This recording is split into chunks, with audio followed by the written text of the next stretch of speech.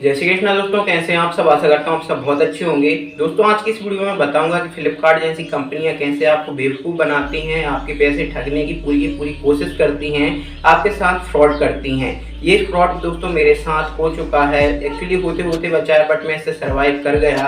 मेरा refund amount मैंने फ्लिपकार्ट से ले लिया था। इसी दौरान मुझे दोस्तों कंज्यूमर फोरम का भी आइडिया लगा और बहुत सारी परेशानी मुझे दोस्तों झेलनी पड़ी। और दोस्तों एक बात और, फ्लिपकार्ट का जो कस्टमर केयर है वो बहुत वाहियात टाइप का है, बहुत बेकार टाइप का है। क्योंकि यहाँ पर दोस्तों फ्लिपकार्ट के कस्टमर केयर में जब मैं कॉल करता था तो वहाँ से दोस्तों या तो वो रिप्लाई नहीं करते थे, मतलब मैं आप हेलो हेलो चिल्लाते रहिए, तो वहाँ से वो बोलना बंद कर देंगे 10-15 मिनट की बातचीत के बाद। और दोस्तों उसके बाद एक और चीज़ होती थी कि वहाँ से वो ये कहकर कॉल कट कर देते थे मेरी कि सर आपकी आवाज़ नहीं आ रही है, जबकि मैं आवाज़ क्लियर आ जा रही थी दोस्तों। बट यहाँ पर उन्होंने कहा कि आवाज़ नहीं आ रही, आवाज़ नहीं आ रही, और जहाँ 20 मिनट तक दोस्तों मैंने उनसे बातचीत की और उसके बाद दोस्तों उनकी तरफ से फ़ोन कट कर दिया जाता था। तो फ्लिपकार्ट में दोस्तों ऐसी बहुत सारी प्रॉब्लम्स हैं जो आपको फेस करनी पड़ सकती हैं। और रिसेंटली दोस्तों मेरे दोस्त ने भी एक मोबाइल है Realme Narzo 20 जो अभी मतलब लॉन्च हुआ था दोस्तों, उसे ऑर्डर किया था। तो दोस्तों उसमें कुछ प्रॉब्लम थी, तो उसके कारण उसने उसकी रिप्लेसमेंट मंगवाई थी। तो दोस्तों ये टेक्नीशियन के नाम पर किसी लड़के को भेज देते हैं।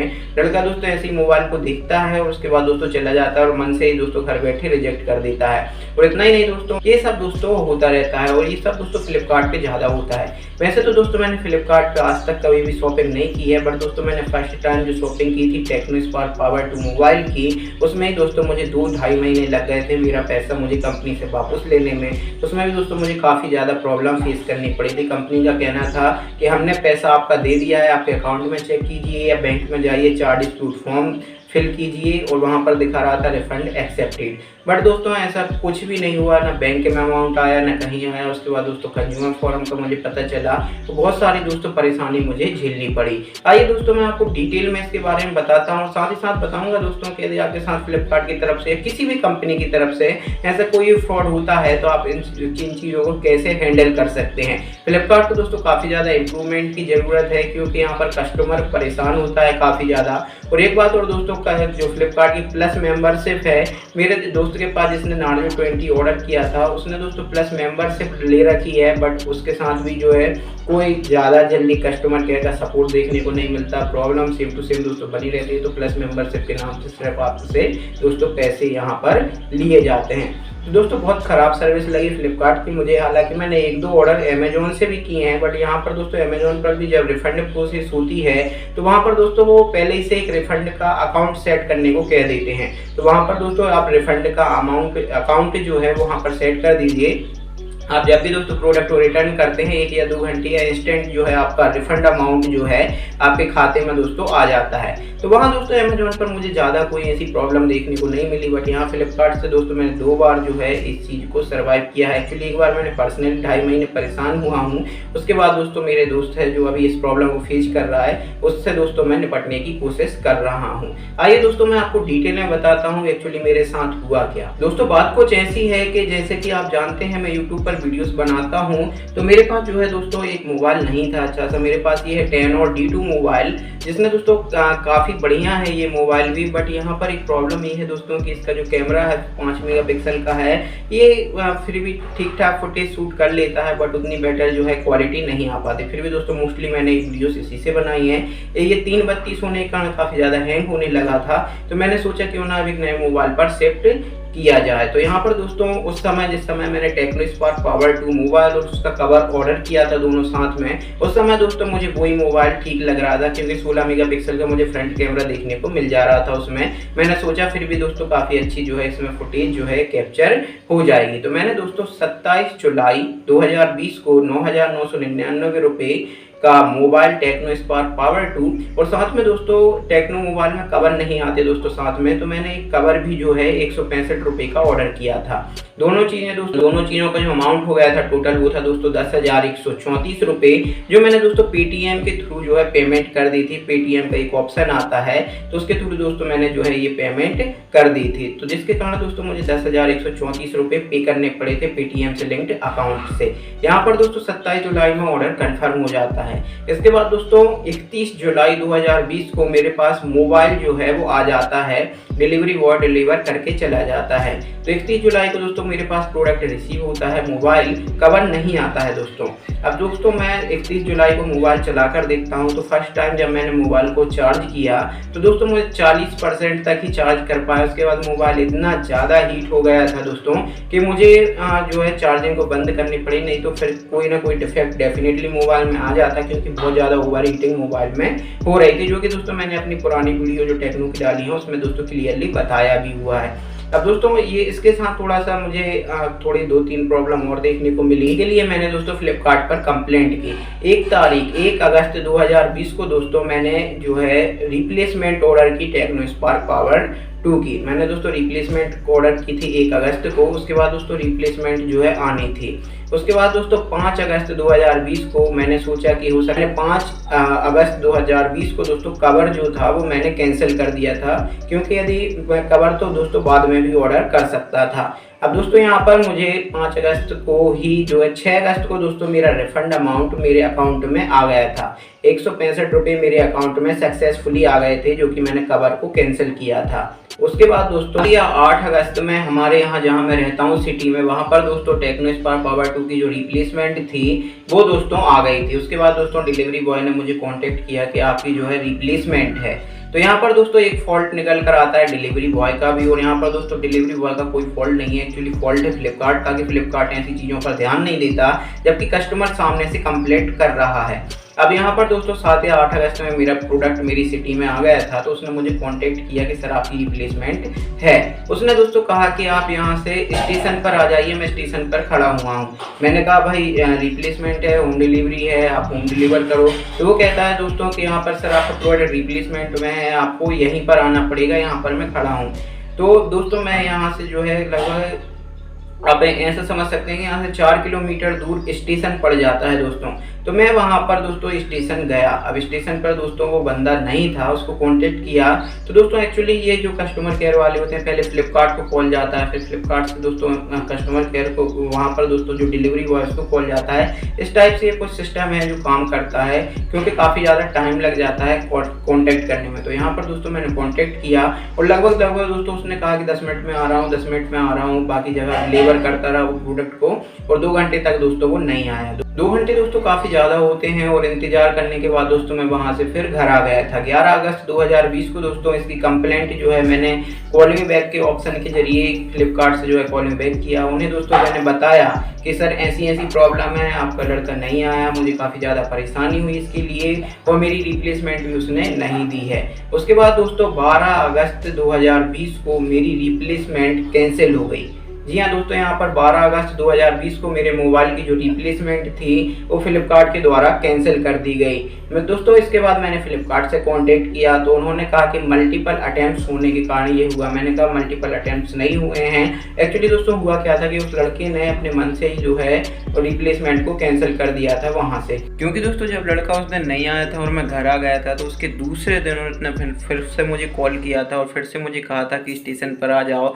तो फिर दोस्तों उस दिन मैं नहीं गया था। मैंने उससे कहा था कि भाई तुम नहीं आए थे, अब तुम्हें ही घर आकर प्रोडक्ट को डिलीवर करना पड़ेगा, क्योंकि मुझे पता चल गया था दोस्तों कि प्रोडक्ट को जो है घर पर ही डिलीवर करना होता है लोकेशन के अनुसार। तो मैंने उस लड़के से कहा कि भाई आप घर पर, इस तरीके से दोस्तों हो सकता है उसका थोड़ा सा मनमुटाव हो गया हो। दैट्स वाई उसने जो है दोस्तों फिर अगली बार आउट फॉर डिलीवरी का मैसेज भेजा, लेकिन फिर वो प्रोडक्ट डिलीवर करने नहीं आया। और दोस्तों इसकी कंप्लेंट मैंने फ्लिपकार्ट पर करवाई, तो उस वहाँ से भी दोस्तों कोई रिप्लाई मुझे देखने को नहीं मिला। उन्होंने मुझे कोई रीज़न नहीं बताया। तो इसके लिए मैंने कंप्लेंट की कि भैया आप रिप्लेसमेंट नहीं दे रहे हो, तो या तो दोबारा रिप्लेसमेंट मुझे चाहिए या आप मेरा रिफंड अमाउंट मुझे दीजिए, क्योंकि मैं एक डिफेक्टिव प्रोडक्ट नहीं रख सकता 10,000 रुपये खर्च करने के बाद। यहाँ पर दोस्तों कस्टमर केयर से मेरी लगातार उसके बाद 12 अगस्त के बाद दोस्तों बात होती रही। मैं परेशान होता रहा। परेशान दोस्तों मैं इसलिए हुआ क्योंकि फ्लिपकार्ट के कस्टमर केयर से मुझे कोई एक्यूरेट आंसर देखने को नहीं मिल रहा था। वो कोई क्लियर जवाब नहीं दे रहे थे। वो कह रहे थे कि हम अपनी हायर टीम को ये कंसर्न फॉरवर्ड प्रोवाइड कर रहे हैं, कहीं कुछ कर रहे हैं, कहीं कुछ कर रहे हैं, बट दोस्तों कोई भी क्लियर जो है मुझे जवाब देखने को नहीं मिलता था।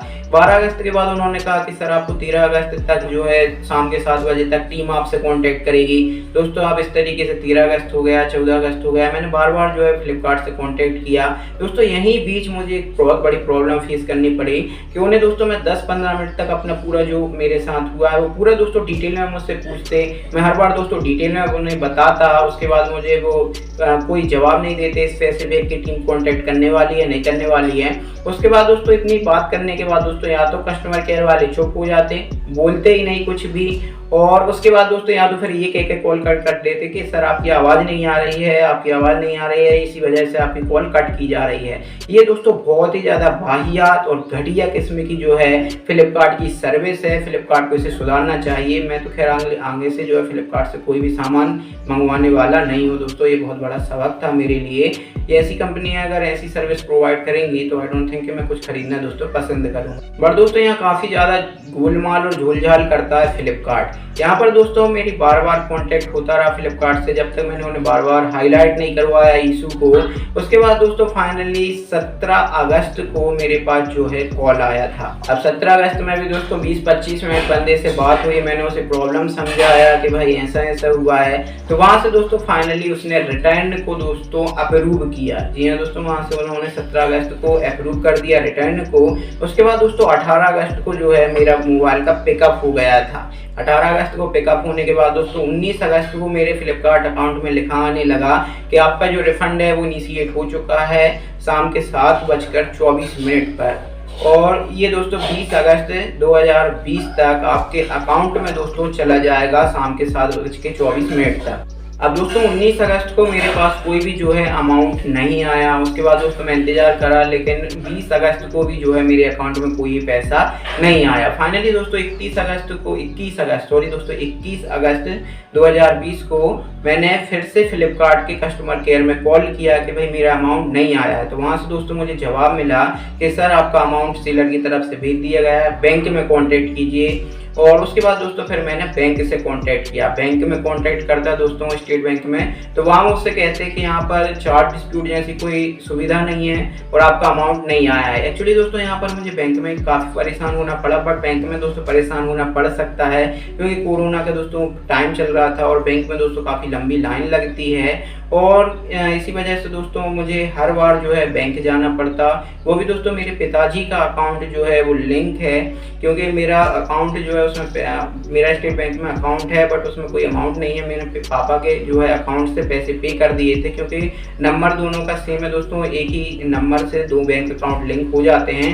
दैट्स वाई दोस्तों मुझे पापा को लेकर हर बार जो है बैंक जाना पड़ता, वहाँ लाइन में लगना पड़ता और इतनी सब दोस्तों प्रॉब्लम फेस करनी पड़ती। बट वहाँ दोस्तों मुझे जवाब मिलता कि भाई आपको जो है आपका जो कोई भी अमाउंट है वो नहीं आया। और वो फ्लिपकार्ट ने मुझे एक रेफरेंस नंबर भी दिया था, तो उन्होंने कहा दोस्तों, बैंक वालों ने कहा दोस्तों कि इस रेफरेंस नंबर के रिलेटेड कोई भी जानकारी जो है हमारे पास नहीं है, आपको जो है फ्लिपकार्ट से बात करनी पड़ेगी। उसके बाद दोस्तों मैं फ्लिपकार्ट से बात करता तो वहाँ पर दोस्तों मुझे सेम जवाब मिलता कि आप बैंक जाइए, चार्ज डिस्प्यूट फॉर्म फिल कीजिए, कहीं CMS की लिंक भेजी उन्होंने। तो यहाँ दोस्तों इस तरीके से मैं काफ़ी लंबा जो है दोस्तों परेशान होता रहा। लगभग दोस्तों अगस्त का महीना पूरा का पूरा ख़त्म हो गया। 10 दिन हो गए दोस्तों। 10 दिन तक भी मैं लगातार फ्लिपकार्ट से कांटेक्ट करता रहा, मुझे कोई हेल्प नहीं मिली। मैं बैंक जाता रहा, वापस दोस्तों फ्लिपकार्ट से कांटेक्ट किया। फिर दोस्तों फ्लिपकार्ट से कस्टमर केयर वाले कहते कि आप टीम आपसे कांटेक्ट करेगी और आपको कोई सॉल्यूशन प्रोवाइड करेगी। तो ये दोस्तों फ्लिपकार्ट का कस्टमर केयर पहले भी कर सकता था। मुझे बाद में पता चला कि ये दोस्तों 2 टीम होती हैं। फ्लिपकार्ट के नीचे एक काम करती है जिन्हें दोस्तों कुछ भी नहीं पता होता है, ऐसे ही रहते हैं वो लोग।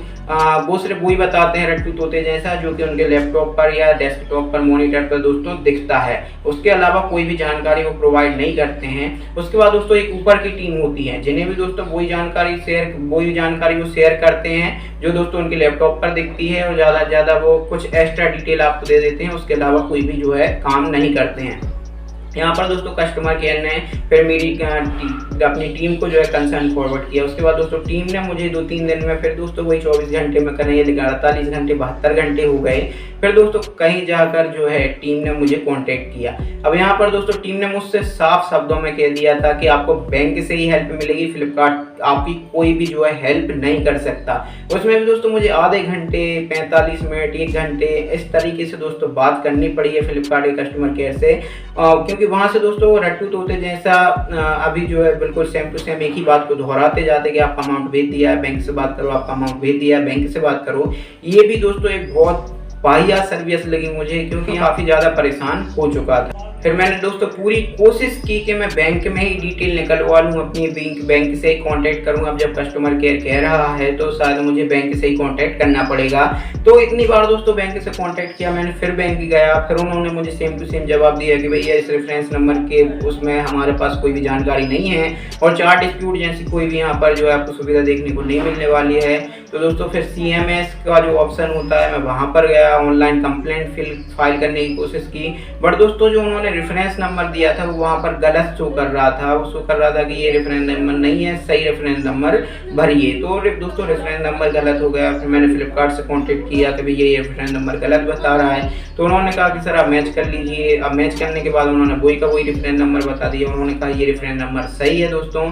तो यहाँ पर दोस्तों रेफरेंस नंबर के रिलेटेड मैंने जो है फिर मैंने कस्टमर केयर की बात में की, SBI के कस्टमर केयर में मैंने कॉल किया और उन्हें बताया रेफरेंस नंबर, और उनसे कहा कि दोस्तों सर आप चार्ट डिस्प्यूट जो है वो फाइल कीजिए ताकि मैं फ्लिपकार्ट से अपना रिफंड अमाउंट ले सकूं। तो दोस्तों वैसे तो SBI से दोस्तों एक बात मैं यहाँ पर क्लियर कर देना चाहूँगा आपको कि आप यदि ऐसे ही सिंपल बात करेंगे फ्लिपकार्ट से या SBI बैंक के कस्टमर केयर से या कहीं भी, आपकी बात नहीं सुनी जाएगी। आपको दोस्तों स्ट्रिक्टली बात करना पड़ेगा। शुरू कर दिया, बट SBI की तरफ से कोई भी दोस्तों, फिर बाद में दोस्तों SBI की तरफ से कस्टमर केयर में एक लड़का जो भी हो, अब भाई उस बंदे ने मुझसे साफ कहा कि सर ऐसी कोई सुविधा अगर होती तो हम जरूर आपको प्रोवाइड करवाते, बट ऐसी कोई सुविधा नहीं है। तो अब उसके बाद दोस्तों फिर SBI बैंक का काम खत्म हो जाता है। अब यहाँ पर दोस्तों मैं फ्लिपकार्ट से लगातार कांटेक्ट करता रहा दोस्तों। हो गया था 10 सितंबर तक दोस्तों 20 दिन हो गए। उसके बाद दोस्तों 15 सितंबर हो गया और मैं दोस्तों कंटिन्यू जो है बात करता रहा, बट मुझे कोई भी जो है सर्विस प्रोवाइड नहीं की गई। जब भी मैं बात करता दोस्तों 20 मिनट तक मुझसे पूरा भैया ये सब हुआ है, ये शुरू से लेकर यहाँ तक हुआ, इस तरीके से परेशान हुआ। तो वो दोस्तों पूरी डिटेल पूछते, उसके बाद वो सेम टू सेम रट्टू तोते जैसा रटने लग जाते कि सर आपकी जो है प्रॉब्लम सॉल्व हो चुकी है, रिफंड आपको दिया जा चुका है, बैंक ही आपकी मदद कर सकता है, फ्लिपकार्ट आपकी कोई भी मदद नहीं कर सकता है। और उसके बाद दोस्तों ज़्यादा मैं और उनसे पूछता तो वो दोस्तों वहाँ पर चुप हो जाते उनका कस्टमर केयर, या फिर ये कहकर कॉल कट कर दिया जाता कि सर आपकी जानकारी पूरी हो चुकी है। तो दोस्तों मैं 25 मिनट 20 मिनट तक उनसे बात करता, उसके बाद दोस्तों वो कह देते मुझसे कि सर आपकी जानकारी कंप्लीट हो चुकी है, आपकी आवाज़ नहीं आ रही है, या खुद ही चुप हो जाते। तो इस तरीके से दोस्तों या तो मुझे मजबूरन कॉल करना पड़ता 15-20 मिनट होल्ड पर रखने के बाद। एक तो दोस्तों फिर फ्लिपकार्ट ने जो है कस्टमर केयर ने मेरी कॉल को होल्ड करना चालू कर दिया बहुत लंबे टाइम तक। यहाँ पर दोस्तों मुझे 5-10 मिनट तक जो है होल्ड पर रखी रही मेरी कॉल, मजबूरन मुझे ही काटना पड़ा, क्योंकि यहाँ पर दोस्तों कोई भी मुझे नहीं लग रहा था कि वो हेल्प करने वाले हैं। इस तरीके से दोस्तों 15 सितंबर हो गया। उसके बाद दोस्तों बाद में जब मुझे फ्लिपकार्ट की तरफ से कोई हेल्प नहीं मिली, बैंक की तरफ से कोई हेल्प नहीं मिली, तो यहाँ पर दोस्तों फिर मुझे सुनने में आया कंज्यूमर फोरम का। अब दोस्तों यहाँ पर कंज्यूमर फोरम में भी पहले मैं भी सोचने लगा कि भाई कंज्यूमर फोरम है, अब पता नहीं शायद कोई लॉयर हायर करना पड़े या कुछ एविडेंस लगे वहाँ पर, और एविडेंस तो खाली लगेंगे दोस्तों हालांकि, बट यहाँ पर मुझे लगा ऐसा कि लॉयर हायर करना पड़ेगा या कौन पड़े ये पंचायत में। बट दोस्तों फिर जब कहीं से हेल्प मुझे नहीं मिल रही थी तो फाइनली दोस्तों मैंने सोचा कि पहले लॉयर से बात करूं, लेकिन मैंने दोस्तों किसी लॉयर से बात नहीं की, कुछ भी नहीं किया, मुझे कोई जानकारी नहीं थी कंज्यूमर फोरम की। तो दोस्तों मैंने सीधा क्या किया, साइकिल उठाया अपना और सीधा चला गया कंज्यूमर फोरम में, क्योंकि यहाँ से दोस्तों काफ़ी ज़्यादा पास पड़ जाता है कंज्यूमर फोरम। तो वहाँ पर दोस्तों जाने के बाद जो है मैंने अपनी बात वहाँ पर जो कर्मचारी लोग रहते हैं तो उन्होंने मुझसे पूछा कि क्या काम है सर आपको। तो वहाँ पर मैंने बताया कि भैया ऐसी बात हो चुकी है, तो उन्होंने मुझे बताया कि कोई बात नहीं, आप अंदर जाइए और उनसे मतलब ऐसा बता दीजिएगा उन्हें, तो वो आपको बता देंगे कैसे केस बनाना है। तो फिर वहाँ दोस्तों मुझे काफ़ी ज़्यादा हेल्प मिली कंज्यूमर फोरम में, क्योंकि वहाँ पर दोस्तों मुझे बताया गया कि आप इस तरीके से जो है एक फॉर्मेट बनाइएगा, ऊपर इस तरीके की एप्लीकेशन लिखना है, उसके बाद एविडेंस लगाने हैं, प्रूफ्स लगाने हैं कि आपने उन्हें मेल भेजे हैं, उन्होंने रिप्लाई ये किया है, अपना जो रसीद है वो लगा दीजिएगा, और एक दोस्तों शपथ पत्र है वो बनवाना पड़ेगा। तो दोस्तों मुझे लगा कि ठीक है अब सिंपल है, तो मैंने जो है एक उन्होंने मुझे फॉर्मेट बताया था, तो उसकी मैंने दोस्तों कुछ फोटोग्राफ्स ली, और फिर उसके बाद दोस्तों मैंने फिर जो है फाइल बनाना शुरू कर दिया। मैंने सोचा अब यहीं से जो है सहायता मिल सकती है। बाद में मुझे पता चला दोस्तों कि मुझे कंपनसेशन भी मिल सकता है, क्योंकि मुझे सिर्फ अपना अमाउंट चाहिए था दोस्तों, बट यहाँ पर उन्होंने बताया, मुझे सामने से बताया गया, कर्मचारियों ने बताया कि आप यहाँ पर कंपनसेशन की मांग भी कर सकते हैं। तो यहाँ पर दोस्तों उन्होंने मुझे खुद बताया कि मैंने जो प्रॉब्लम बताई थी उसके अनुसार उन्होंने बता दिया था कि भाई आप 25,000 जो है मानसिक क्षति या शारीरिक क्षति के लिए मांग सकते हैं, उसके अलावा 5,000 जो है वाद विवाद के लिए मांग सकते हैं। और इस तरीके से दोस्तों उन्होंने मुझे कुछ कंपनसेशन सुझाए, और उन्होंने कहा आप अमाउंट बढ़ा भी सकते हैं बट इतना रखिएगा अभी के लिए। और इस तरीके से दोस्तों मैंने सोचा कि सही है यार, मैं परेशान भी हुआ तो मुझे कंपनसेशन के साथ मेरा पैसा मिल जाना चाहिए। बट दोस्तों वहीं पर उन्होंने एक बात भी कही कि आपको जो है एक काम करना है, आपको फ्लिपकार्ट को एक मेल भेजना है जिसमें आप पूरा डिटेल में लिख दीजिएगा कि इस तारीख को आपने ऑर्डर किया, इस तारीख को प्रोडक्ट कैंसिल हुआ, इस तारीख को ये हुआ, आपके कस्टमर केयर में बात कर ली, कोई भी जो है हेल्प नहीं मिल रही है।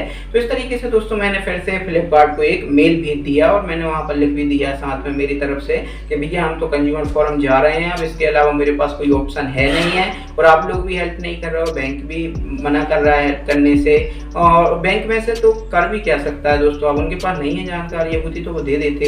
अब फ्लिपकार्ट के पास लेकिन फिर भी जानकारी थी, बट उन्होंने मुझे कोई भी डिटेल जानकारी नहीं दी। तो इस तरीके से दोस्तों मैंने फ्लिपकार्ट को मेल भेजा, और एक नहीं मेल भेजा, ऐसे 5-6 मेल मैंने लगातार फ्लिपकार्ट को भेज दी। उसके बाद दोस्तों मैं रिप्लाई का इंतजार करना पड़ा। यहाँ पर दोस्तों फिर बहुत बड़ी गड़बड़ की फ्लिपकार्ट मुझे चूना लगाने की पूरी कोशिश करने लगा। वो कहने लगा कि सर आपका 165 रुपये का अमाउंट है, आप अकाउंट भेज दी। फिर मैंने दोस्तों उनको अपना अकाउंट नंबर दे दिया। उसके बाद उन्होंने मुझसे कहा कि आपकी 165 रुपये जो है हम दे रहे हैं। मैंने कहा यार 165 रुपये तो मेरे आ चुके हैं, मुझे 9,969 रुपये जो है मेरा जो अमाउंट है वो चाहिए, क्योंकि मुझे यूपीआई से पे जब मैंने किया था 30 रुपये मुझे कैशबैक मिल गए थे दोस्तों, इसलिए 9,969 रुपये का मेरा अमाउंट उनसे जो है लेना बन रहा था। एक बात और दोस्तों मैं बताना चाहूँगा कि जब मेरा दोस्तों 17 तारीख को मेरा जो पिकअप कंप्लीट हो गया, तो उसके बाद दोस्तों 15 सितंबर तक जितनी भी बात मैंने की, फ्लिपकार्ट ने मुझसे दोस्तों बैंक का स्टेटमेंट मांगा। मैंने दोस्तों फ्लिपकार्ट के साथ बैंक का स्टेटमेंट शेयर किया, जो है भी अपना डिटेल दिया, अकाउंट का जो है पूरा का पूरा, 1-2 बार नहीं दोस्तों, बार मैं ये जो है स्टेटमेंट भेजता रहा, बट सेम टू सेम दोस्तों वहाँ से मुझे रिप्लाई देखने को मिला, कोई भी जो है जानकारी देखने को नहीं मिली। फ्लिपकार्ट से मैं कहता कि ये बैंक यदि लिख के दे दे तो चलेगा, वो कहते हैं नहीं चलेगा, आपको तो चार्जेस में फॉर्म करना है। और दोस्तों फ्लिपकार्ट ने मुझे काफ़ी ज़्यादा परेशान किया 17 अगस्त से लेकर 15 सितंबर तक मैं काफ़ी ज़्यादा परेशान हुआ, जब तक मुझे कंज्यूमर फोरम का आइडिया दोस्तों नहीं लगा था। 15 सितंबर को जब मुझे आइडिया लगा, तो उसके बाद दोस्तों मैंने 2-3 अच्छे तगड़े स्ट्रिक्टली मेल भेजे, और उसके बाद दोस्तों मैंने फ्लिपकार्ट के रिप्लाई का इंतजार किया। तो वहाँ पर मिसलीडिंग जो है मुझे मेल आने लगे कि सर आपका अकाउंट नंबर दे दूँ। मैंने उन्हें अकाउंट नंबर दिया। उसके बाद उन्होंने कहा कि हम ठीक है, आपके 165 रुपये जो है हम भेज दे रहे हैं। तो वो दोस्तों मेल करते मुझे कॉल नहीं करते थे। अब फिर दोस्तों मेल में ही मैंने रिप्लाई किया कि मेरा 9,969 रुपये का अमाउंट है, जो कि मैंने क्लियरली लिखा हुआ है, कहा भी हुआ है, और इतने जो है दोस्तों इतने लंबे मेल भेजे गए, इतनी ज़्यादा बात हो चुकी है। उसके बाद भी दोस्तों मिसलीड करने लगे। उसके बाद दोस्तों एक मैसेज आया था कि आपका जो है 4,338 रुपये भेज दिया गया है। दोस्तों 4,338 कहाँ से आ गए सब चीज़ों में, ये आप देख सकते हैं, ये मैसेज की फुटेज है। तो उन्होंने कहा टेक्नोस्पार्क पावर 2 आपका 4,338 रुपये। यार मैंने कहा ये एक लिमिट होती है यार, फ्रॉड करने की भी एक लिमिट होती है कहीं, बट फ्लिपकार्ट ये कंटिन्यू रखता रहा। उसके बाद दोस्तों 15 सितंबर के बाद उसके बाद मैंने जब मेल भेजे तो उन्होंने मुझे रिप्लाई किया। फिर दोस्तों मैंने 9,969 रुपये का उन्हें अमाउंट बताया। फाइनली दोस्तों 20 सितंबर को उन्होंने एक्सेप्ट किया कि हम आपका 9,969 रुपये का अमाउंट भेज रहे हैं। तो ठीक है, मैंने कहा चलो यार ठीक है। उन्होंने कहा टीम आपसे एक बार और बात करेगी। ठीक है, मैंने कहा वो तो वैसे भी नहीं कर। उसके बाद दोस्तों मैं समझ गया था कि फ्लिपकार्ट यहाँ पर जो है खेल रहा है मेरे साथ, और कुछ नहीं कर रहा है, सिर्फ एक गेम बना कर रखा है। मेरे पैसे जो है पूरी कोशिश की हुई है यहाँ पर लूटने की। तो यहाँ पर दोस्तों फिर 20 सितंबर हो गया, 20 सितंबर तक कंटिन्यू मेरी कोशिश जारी रही। 20 सितंबर के बाद उन्होंने एक्सेप्ट किया। फिर दोस्तों 21 सितंबर को जो है मेरा अकाउंट में जो है मुझे पैसा भेजा। 21 नहीं दोस्तों, हाँ 21-22 सितंबर के बीच में दोस्तों मेरा जो 21 या 22 सितंबर को मेरा जो पैसा है वो मेरे अकाउंट में आ गया था 9,969 रुपये। तो यहाँ पर दोस्तों जो कंप्लीट फॉल्ट था वो फ्लिपकार्ट का था, नहीं तो दोस्तों फ्लिपकार्ट मुझे पैसा देता ही नहीं, वो केस लड़ता, जाहिर सी बात है अगर उनकी तरफ से कोई फॉल्ट नहीं था तो। बट यहाँ पर दोस्तों क्लियरली जो है फॉल्ट फ्लिपकार्ट की तरफ से था। अब दोस्तों एक बात मैं बता देना चाहूँगा, फ्लिपकार्ट मुझे जो रेफरेंस नंबर दे रहा था, ये बात क्लियर है, आपका रेफरेंस नंबर दोस्तों तब भी जनरेट होता है जब आपका जो है ट्रांजैक्शन फेल हो जाता है। लाइक मैं आपको पैसा भेजूँ और आपके पास पैसा ना जाए, पैसा मेरे पास ही आ जाए, तो उसका भी दोस्तों एक रेफरेंस नंबर क्रिएट हो जाता है, जो कि मैं आपके साथ शेयर कर सकता हूं कि भैया ये रेफरेंस नंबर ले लो, मैंने पैसा भेजा है और आप जाकर बैंक में पता कर लो।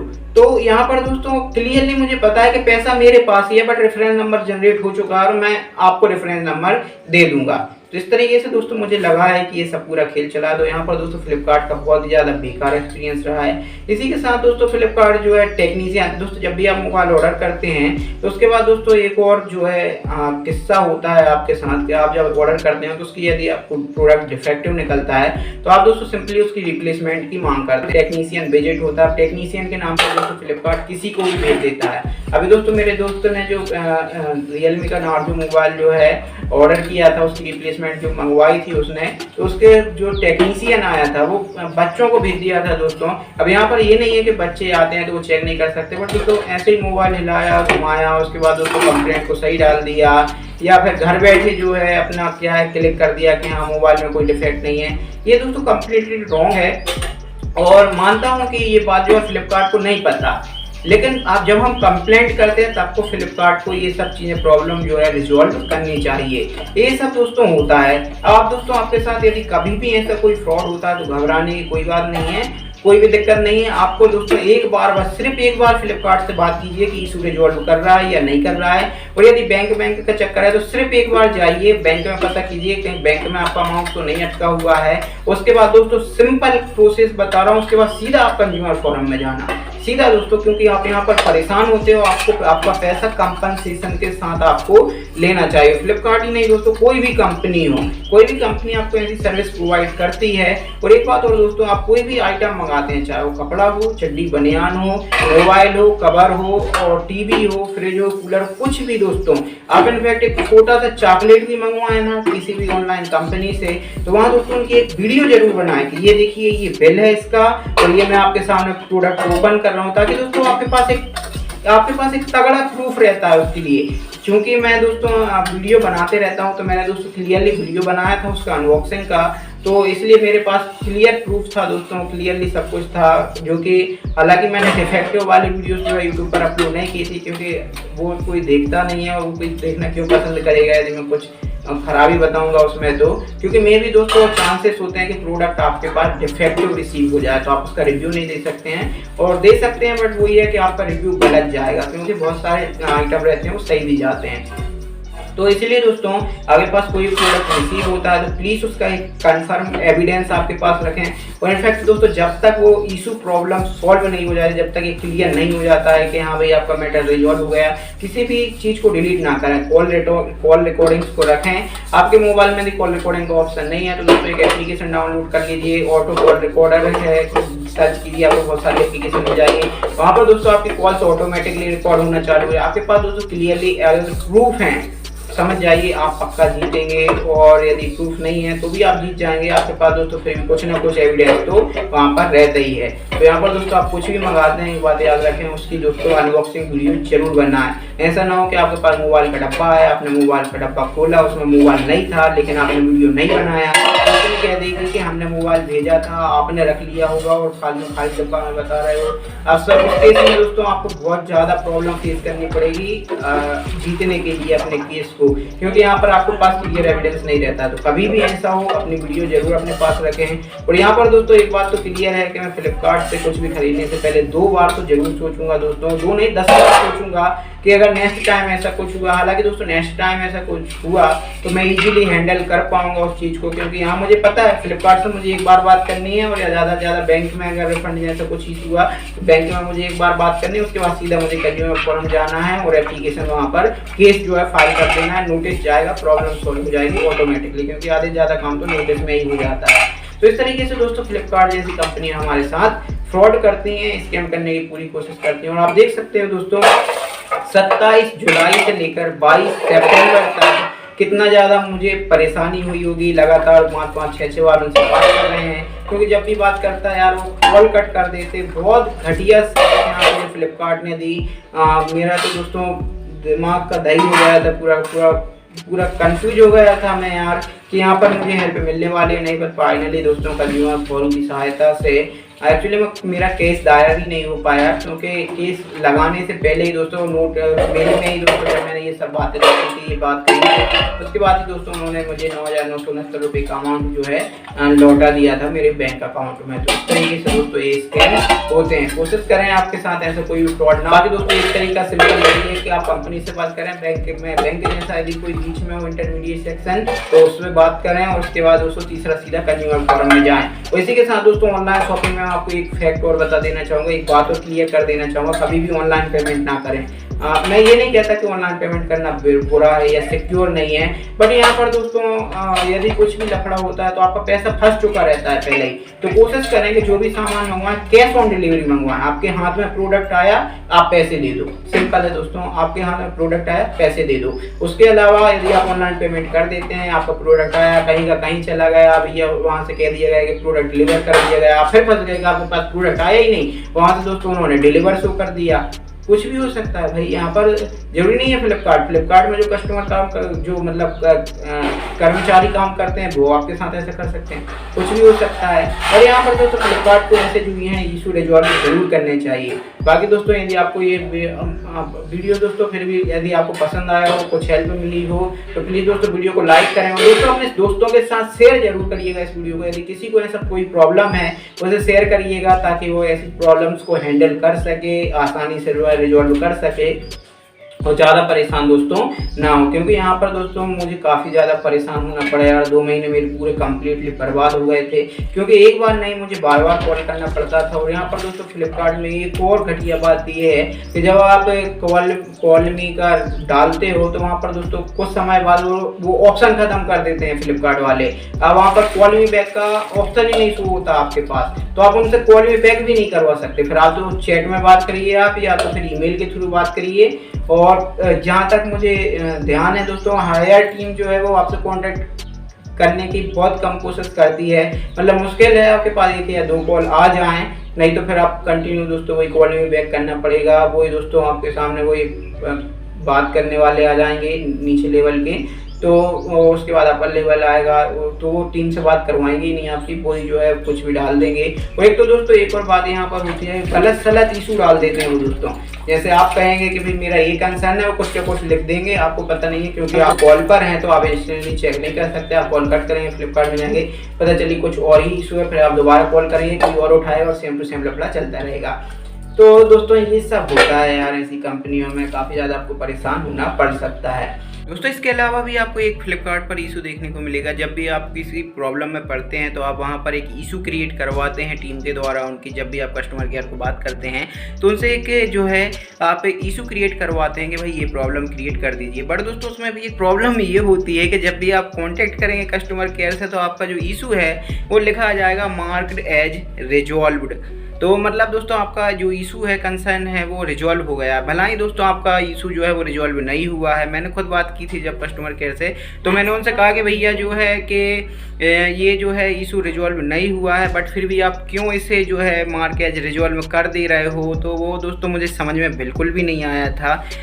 तो उन्होंने कहा कि सर आपका जो प्रॉब्लम है वो सॉल्व कर दिया है। तो दोस्तों उसने कहा कि ठीक है हम मार के रिजॉल्व नहीं करते हैं, बट फिर भी मैंने बाद में चेक किया दोस्तों, तो मार के रिजॉल्व भी था। तो दोस्तों जब भी आप बात कर रहे हैं आपके इशू के रिलेटेड, तो उनसे एक टाइम लाइन ले लें कि भैया इतनी डेट के अंदर आपका जो है कंसर्न वो सॉल्व हो जाएगा। तो उन दैट केस मतलब उस केस में दोस्तों आपका जो इशू है वो मार्क जो रिजॉल्व है वो उसे मार्क नहीं कर सकते। नहीं तो दोस्तों जब भी ऐसा कुछ होता है आपका इशू मार्क रिजॉल्व कर दिया जाता है, तो आप उसे फिर से रीओपन करवा लें। तो आई होप कि दोस्तों आपको ये वीडियो पसंद आया होगा। दोस्तों के साथ शेयर जरूर करिएगा जिससे प्रॉब्लम है। बाकी हम फिर मिलेंगे किसी दूसरी वीडियो में किसी दूसरे टॉपिक के साथ। Till then bye bye, take care, Jai Shri Krishna, Radhe Radhe.